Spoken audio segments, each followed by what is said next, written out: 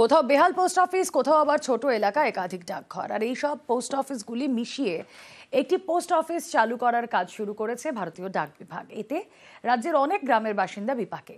তাদের অভিযোগ, দূরে পোস্ট অফিস হয়ে যাওয়ায় ভোগান্তি বাড়ছে ক্ষোভও। একটা সময় ডাকঘর ছিল পাড়ায়, সেটা এখন বন্ধ হয়ে গিয়েছে, চলে গিয়েছে দূরে। কারণ পোস্ট অফিস সংযুক্তিকরণের কাজ শুরু করেছে ভারতীয় ডাক বিভাগ। গ্রাহকদের অভিযোগ, এর জেরে তাদের হয়রানির এক শেষ।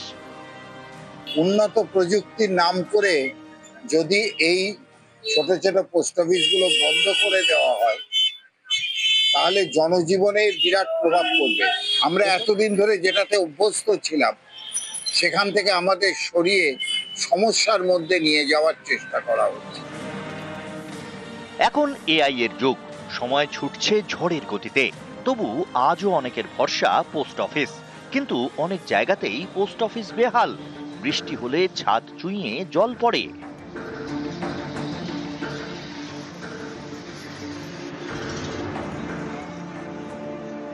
কোথাও ভাড়া বাড়িতে পোস্ট অফিস, ভাড়া নিয়ে টানাপোড়েন।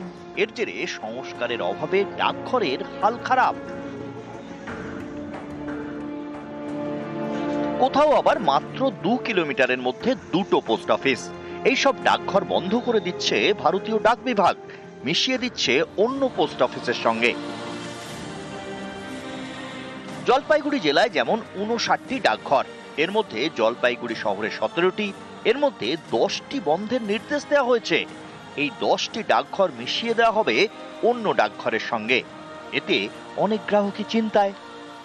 বয়স্কদের পক্ষে বিরাট একটা পেনশন আছে, তাছাড়া বিভিন্ন রকমের লেনদেন আছে। সমস্ত আমার ডিভিশনাল সুপারিনটেন্ডেন্টদেরকে বলেছি যে আপনারা বিচার দেখুন, মানে পুরোপুরি এটা বিচার করুন হচ্ছে পারফরমেন্সের ভিত্তিতে এবং তাদের ওয়ার্কলোডের ভিত্তিতে।